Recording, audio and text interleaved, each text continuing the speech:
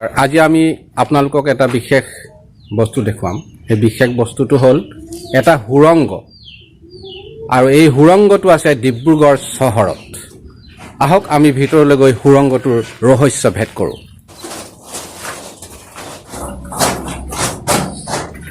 এইটো হুৰংগটো দেখুৱাইছো আপোনালোকক।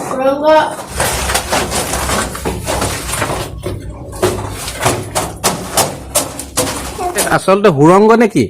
হুৰংগ মানে ইয়াত এখন ৰেষ্টুৰেণ্ট বনোৱা হৈছে, স্কাল্পচাৰ ৰেষ্টুৰেণ্ট বুলি। এইটো মানে গুহা এটা বনোৱা হৈছে ইয়াত। এইটো মানে মেইন এট্ৰেকশ্যন। ভিতৰলৈ গৈ মেলি বহুত কিবা কিবি আছে, আপোনালোকে আহিব ইয়ালৈকে। হয়, এখন ৰেষ্টুৰেণ্ট। আমি সেই ৰেষ্টুৰেণ্টখনলৈ আহিছোঁ। সেই ৰেষ্টুৰেণ্টখনৰ ভিতৰত বিভিন্ন পদ্ধতিৰে সজোৱা হৈছে। শিল্পী দিগন্ত বৰাই সাজি উলিয়াইছে এই ৰেষ্টুৰেণ্টখন, তেওঁৰ নিজা ৰেষ্টুৰেণ্ট। আমি সেই ৰেষ্টুৰেণ্টখনৰ দুৱাৰ মুখটো এটা হুৰংগ অৰ্থাৎ গুহা সদৃশ ৰূপত তৈয়াৰ কৰা হৈছে, আৰু সেই গুহাৰ ভিতৰেদি আহি আমি এই মূল ৰেষ্টুৰেণ্টখনত প্ৰৱেশ কৰিছোঁ। ইগলু বা এইটো ইগলু। আমি ইগলুৰ ভিতৰলৈ যাম। সাধাৰণতে ইয়াত বৰফৰ দেশত থাকে। হয় হয়, ইয়াত এইটো মানে মানুহে চাব পাৰে যাতে এনেকে ইয়াত বনোৱা হৈছে, সেইটো কাৰণে। হয়, ইয়াৰ ভিতৰত বহি খাব পৰা হয়, নহয় জানো? তোমালোকে বহা গৈ বলাচোন ভিতৰত। ইগলুৰ ভিতৰত সোমাইছে কণ মইনাহঁতে। চকাইদি এনেকুৱা টেবুল বনোৱা হৈছে, ইয়াত চিচা দিব। হয়, আৰু এনেকুৱা এইবোৰ এইটো টায়াৰৰ জৰিয়তে, যিটো আমি গাড়ীৰ পেলনীয়া টায়াৰ, মানে পুৰণা টায়াৰ প্ৰস্তুত কৰা, এয়া চকী, এখন টেবুল। ইয়াত এটা ইগলু ঘৰৰ ভিতৰত এটা আপোনালোকে আমেজ ল'ব পাৰে। এইটো কি হয়? মাছ। এইটো এটা প্ৰকাণ্ড মাছ, দেখিছেনে? এইটো মাছ সদৃশ এটা ঘৰ। ইয়াৰ মাছৰ পেটৰ ভিতৰত সোমাই আপোনালোকে নিজৰ পচন্দৰ খাদ্যবস্তু খাব পাৰিব এই ৰেষ্টুৰেণ্টখনত। এয়া এটা মাছৰ ভিতৰত আমি প্ৰৱেশ কৰিছোঁ। এইবোৰ ফল মূলেদি বনোৱা হৈছে, মানে চিকেনেদিয়ে বনোৱা হৈছে, কিন্তু এইবোৰ ফল মূল এনেকে। এইটো এটা আপেল। হয়, এইটো আমৰ এখন চকী, টুল। এই আমৰ টুলত বহি ইয়াৰ আঞ্জাৰ সোৱাদ ল'ব পাৰিব, জুতি ল'ব পাৰিব।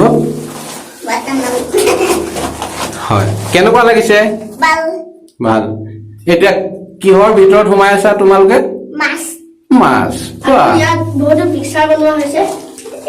এইখন টাইটানিক বনোৱা হৈছে, মানে ডুবি থকা। টাইটানিক। এয়া অক্টোপাছ। এইটো অক্টোপাছ।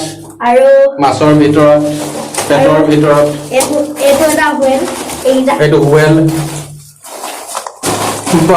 তাৰপিছত ওপৰৰ ফালে ডলফিনো আছে।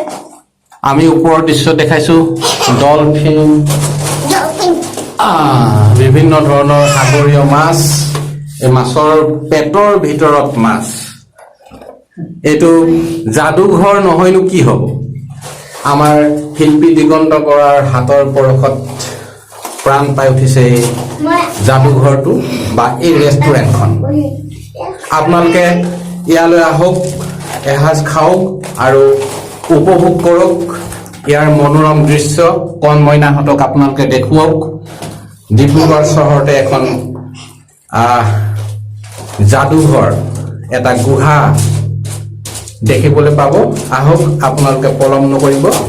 ডিব্ৰুগড় লক্ষ্মীনগৰৰ বাইলেন 3ত আছে এই ৰেষ্টুৰেণ্টখন।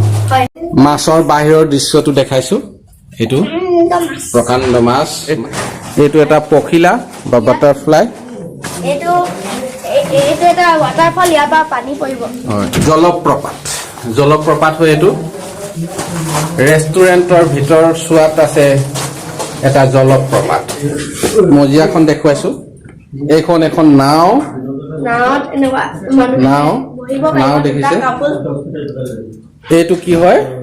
এইটো পোক, এটা পোক মকৰা বুলিও ক'ব পাৰি। এইটো আৰু পানীত উপঙি থকা যেন লাগিব, পানীত সাঁতুৰি নাতুৰি খাদ্যৰ জুতি ল'ব পাৰিব। এইটো কি পদ্ধতি হয়? এইটো মাছৰুম বুলি কোৱা হয়। কাঠফুলা। এইটো এটা কাঠফুলা হয়। কাঠফুলাৰ এটা ছাতি সদৃশ কাঠফুলা, ইয়াৰ তলত বহি খাদ্যৰ জুতি ল'ব পাৰিব। এইটো গছৰ মূঢ়া হয়। এইটো গছৰ মূঢ়াৰ ভিতৰত কিনো আছে আমি ৰহস্য ভেদ কৰিবলৈ যাওঁ আহক।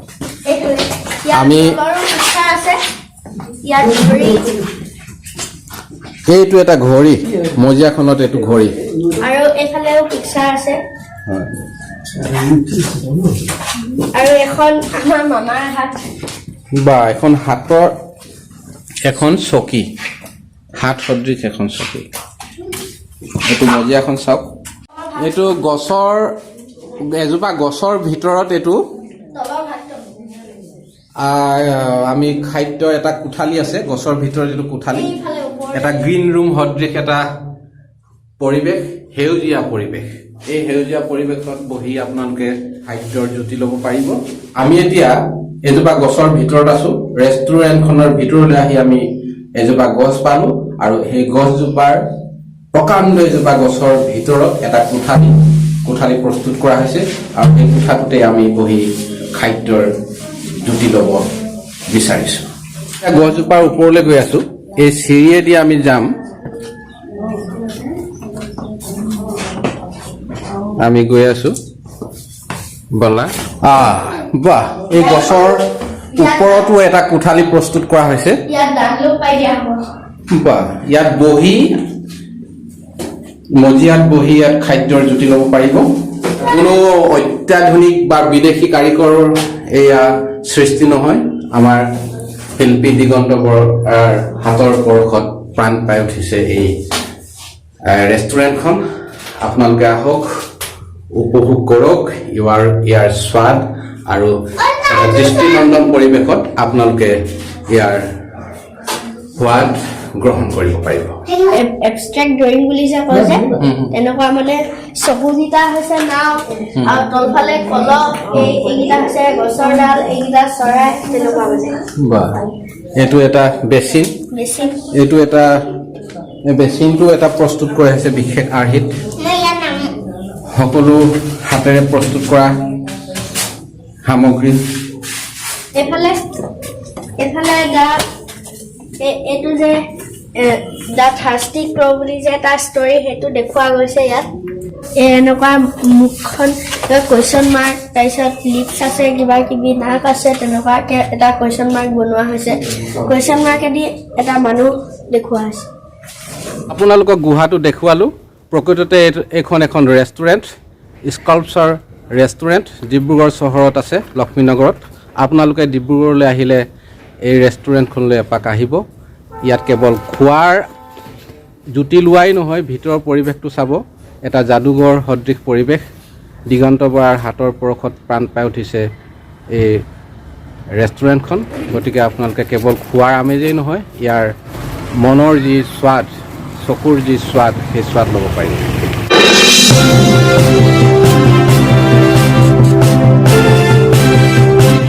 Trip Talk Assam. Please like, subscribe and share. Thank you from Trip Talk Assam.